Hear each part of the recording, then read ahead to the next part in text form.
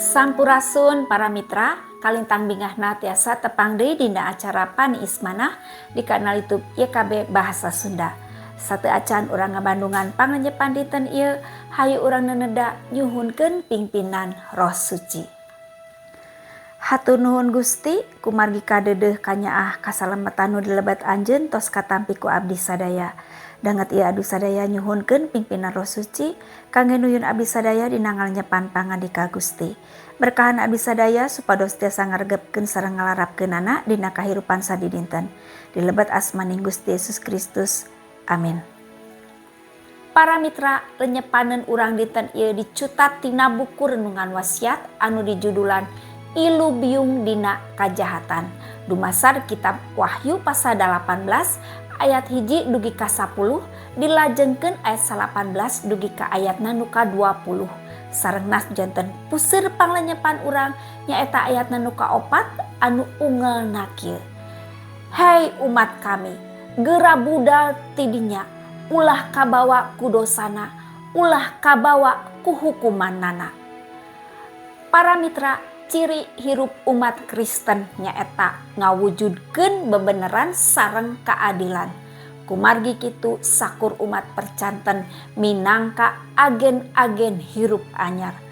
Nanging kumaha upami masyarakat bisa budeureun urang tos kaborogod ku dosa komunal atanapi dosa balarea sareng struktural. Sifat dosa komunal merenahkeun dosa minangka budaya. Sedengkeun dosa struktural nempatkeun hal-hal nu teu etis atanapi amoral teh minangka bagian ti kawijaksanaan sosial politis. Para mitra, kitab Wahyu pasal 18 ngagambarkeun kondisi kahirupan masyarakat dina mangsa nyantekna zaman akhir sapertos kota Babul. Kajahatan, milampah cabul, sareng sagala rupi bentuk kanistaan silih pakait ngahiji janten hiji sistem. Malihan lingkup sistem eta teh dengan misifat lokal atanapi satempat sareng secara nasional wungkul tapi oge global kasakuliah dunya. Kitab Wahyu pasal 18 ayat 3 nyatakeun yen sadaya bangsa tos ngaleueut anggur kerasna, anggur kamaksiatanana anu pohara ngaraksakna. Raja-raja dunya tos marilu lacur kadinya. Jalan kaluarna nyaeta umat percanten kedah menggatkeun relasi ti kondisi sapertos kitu.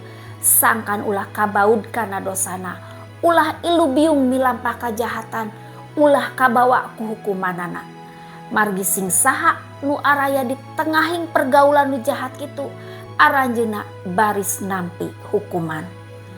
Para mitra, nalika urang misikep ngahaneng wae, misikep mangsa bodoh di tengahing kajahatan nu aya, saestuna urang tos ilu biung dina kajahatan.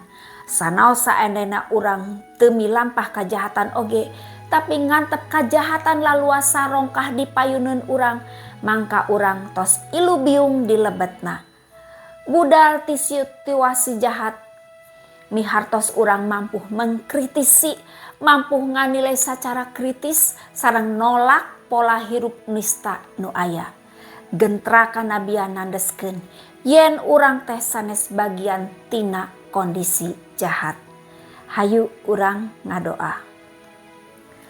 Hatur nuhun Gusti kangge panglenyepan danget ieu nu memperih supados abdi sadaya henteu misikep mangsa bodoh di tengahing kajahatan nu aya, henteu ilu biung milampah kajahatan sareng nolak pola hirup nista sangkan teu kabaud kana dosana.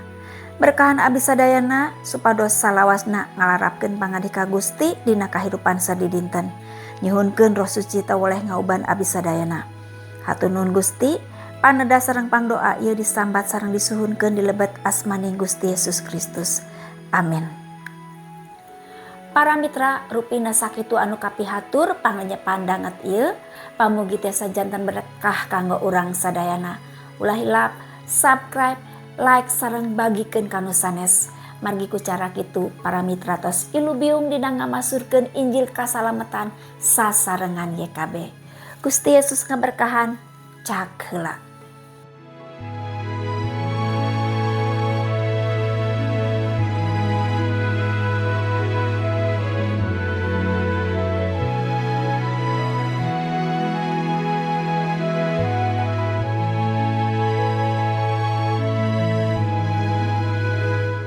Sahabat, mari dukung pelayanan dan pekabaran Injil melalui YKB dengan membagikan link acara ini kepada sebanyak mungkin orang.